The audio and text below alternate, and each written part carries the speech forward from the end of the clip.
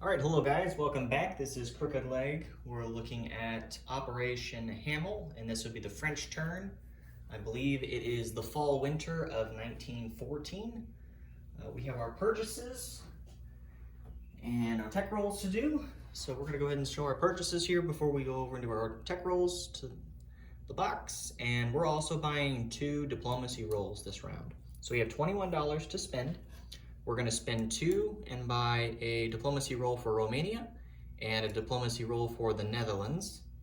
And then we're gonna spend $10 on 4 militia, and they're a mix of militia and colonial infantry. And then of course we're gonna do an upgrade of a colonial infantry. So that's 10, so we're at 12 currently. We're gonna spend 3 and buy ourselves an infantry. And then we're gonna do cash and carry for a seaplane in the US, so that will put us at the full $21.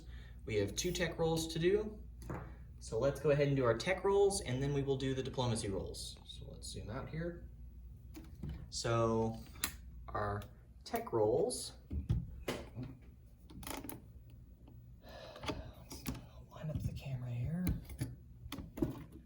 Okay, should be able to see all right. So our first tech roll that we're gonna do is going to be for defense and depth, and then our second one will be for hurricane bombardment. We need 7s for both. So the first one, defense and depth. So here we go, defense and depth. We got an 11, so we'll complete that. And then hurricane bombardment, we got a 7, so we'll move that up to stage 2. So let's see. Let's move you guys around. I'm not gonna carry the camera all the way over there. You can just see the update from here. I'm corded down because I'm using, so there's the diplomacy, or not diplomacy, but the tech chart. Let me angle down and zoom in so you can see it as I do it. So there it is. So we'll finish defense in depth, and then we'll move up hurricane bombardment.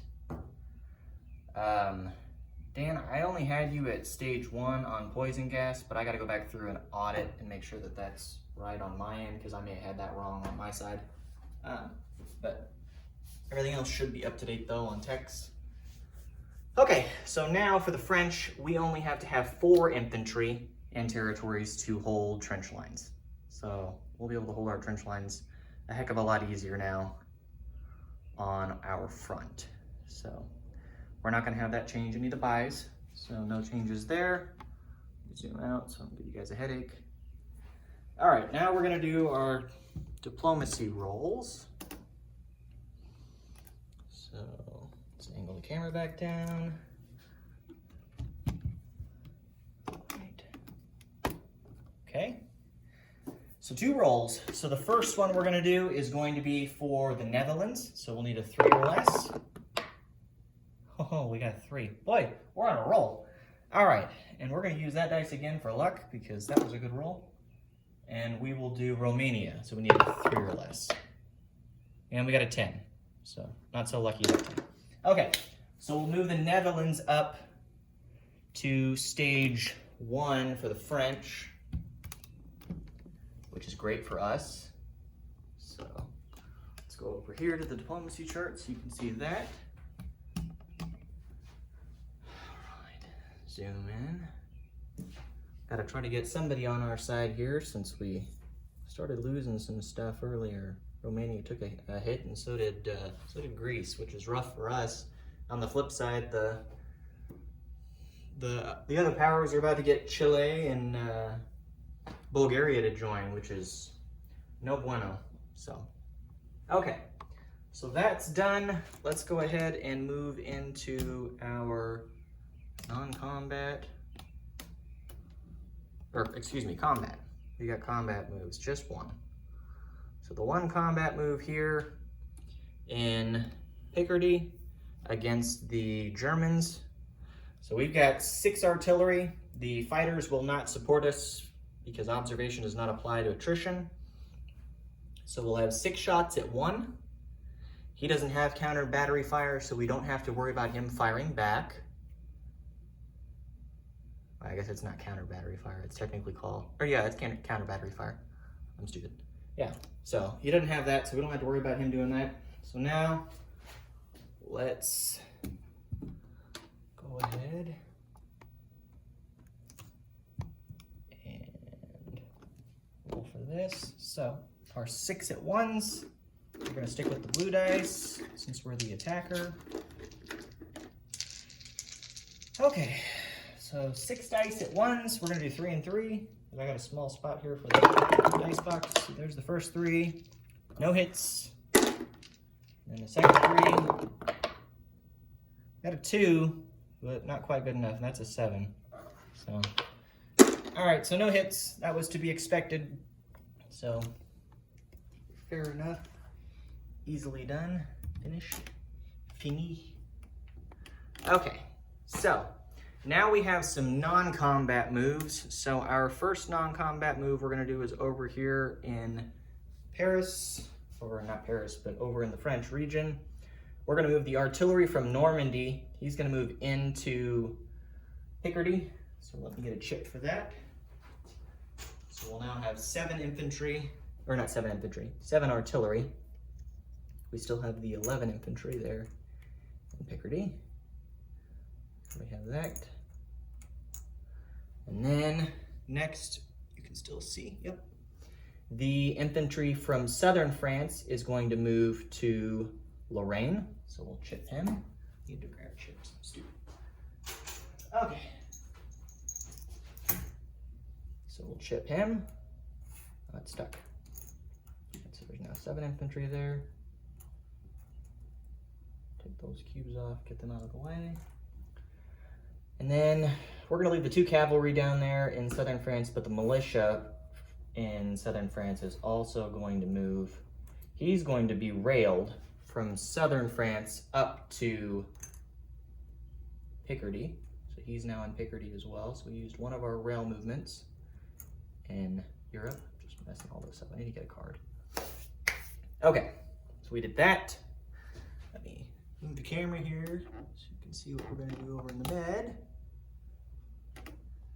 There we are. We have a dreadnought and a cruiser that are in port in southern France. They're gonna move out of port and just move 1 sea zone from M1 to M2. They're gonna stay out of port. So we'll do that. Everything else stays the same there. You zoom out just a little bit, okay? We have a French destroyer and cruiser down here in M7 that we're thankful that survived. We're gonna move from M7, they're gonna go 1 to M4 and 2 to M2. So they'll link up with the rest of the fleet. So that's done.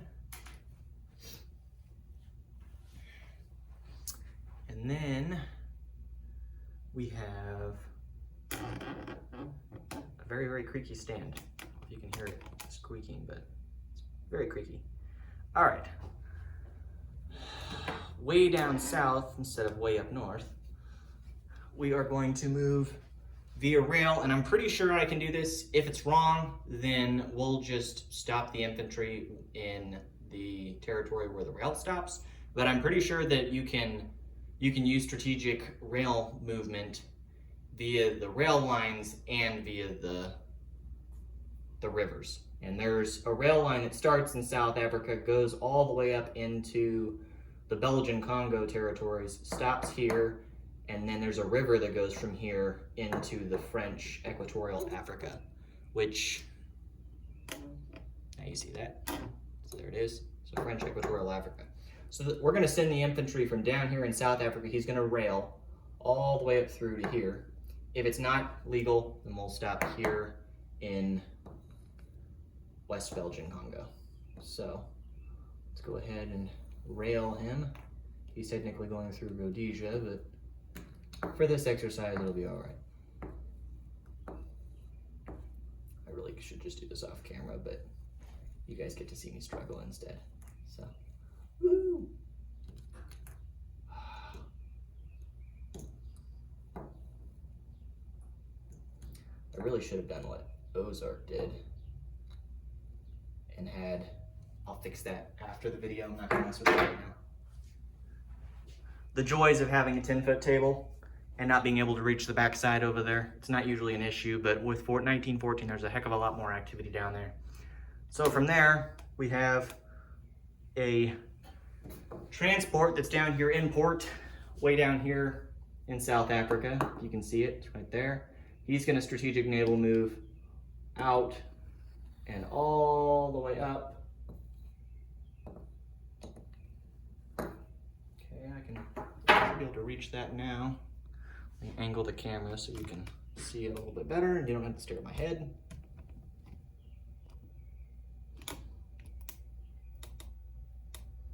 Okay, so let me point out where he's at. So he was down here in I-1. He's gonna go 1, 2, 3, 4, 5, and go in port in Malta. So let's grab him. So he's in port in Malta.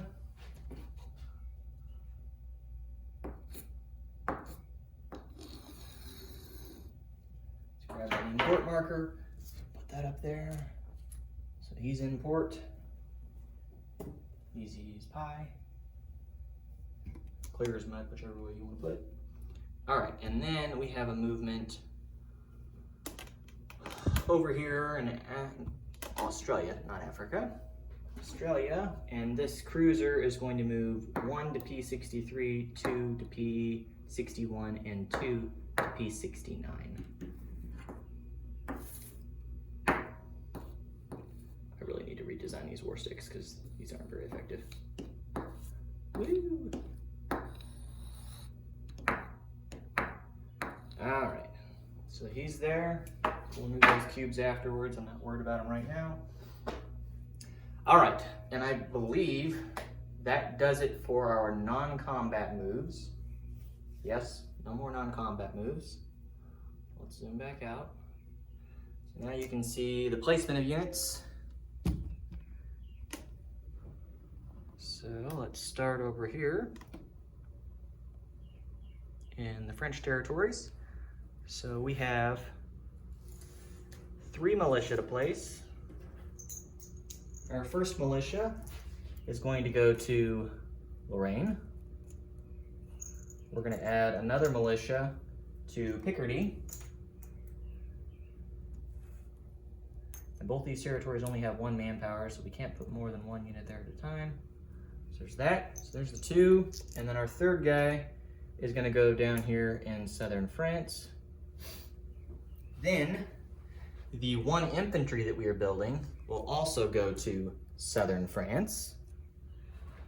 Then, let's angle up a little bit. Over in Washington, D.C., we are placing the seaplane via cash and carry, which I will communicate with my British counterpart and U.S. counterpart and have them deliver it to somewhere within the French coast. If I had to take a guess, it would probably be in Normandy, but I'm not going to commit to that yet. And then over in Africa, we're going to challenge ourselves even more, or in this case, irritate you guys even more and make you guys watch me place another guy. So we have an upgrade and a placement of a colonial infantry, so we're just going to place a regular infantry sculpt there to show the upgrade and the swap out. So here in Niger, we are placing the upgrade and the colonial infantry there because there is a minor port in Nigeria and a river that then supplies Niger. And I believe we have the same option as well from French Sudan and French Guinea via the major port in Sierra Leone. So either which way, we've got the supply paths to do that. So there's now an infantry down there, still colonial, so no change there. And that is our placement of units. So changes in the units and where they are at. We now have a cruiser in P69 over on the Pacific side. So he's way down there, so P69. And then our next change is in Africa, and we have an infantry, if we did it correctly, in French Equatorial Africa. Again, if he's not able to use strategic rail movement via the river combination with the rail, then he'll be in Western Belgian Congo. Then we placed an infantry via an upgrade in Niger. And again, we placed another colonial infantry there too. There is a manpower icon, so we can get away with that. Then we have a, not ship, but transport in port at Malta. So protected by the fortification. And then the changes over in we're not in the Pacific, we're in the Mediterranean. In the Mediterranean, M2 now has 2 cruisers, a destroyer, a dreadnought, 2 pre-dreadnoughts that are on escort duty, and then 3 coastal subs, along with a seaplane on map, and then a transport that's in port in, what is that, northern Algeria? Yeah, northern Algeria. And then France, the main changes, we moved a militia and an infantry out of southern France and then replaced them both in southern France. So Lorraine now has 7 infantry and a militia, and Normandy no longer has an artillery. It was moved into Picardy. So Picardy now has 7 artillery, 11 infantry, the 2 fighters, and then 2 militia. 1 that was placed there and 1 that was moved to that location. Everything else is the same for the French, minus of course the tech and the diplomacy chart. I believe that does it for the French. We did not take any territories, so we are still at $21 of income. And we spent the full 21 this term, so I believe that is it for the French. I'm going to turn it over now to the Ottomans, and we'll see what's going to happen over here in the Middle East, because they're about to enter the war, and things could get pretty dang interesting. So we'll be watching that very closely, and then of course the deterioration of the Eastern Front for the Russians has been brutal. All right, well, I will catch you all on the next episode. Thank you all for tuning in, and we will see you next turn on the Russian turn. Thank you.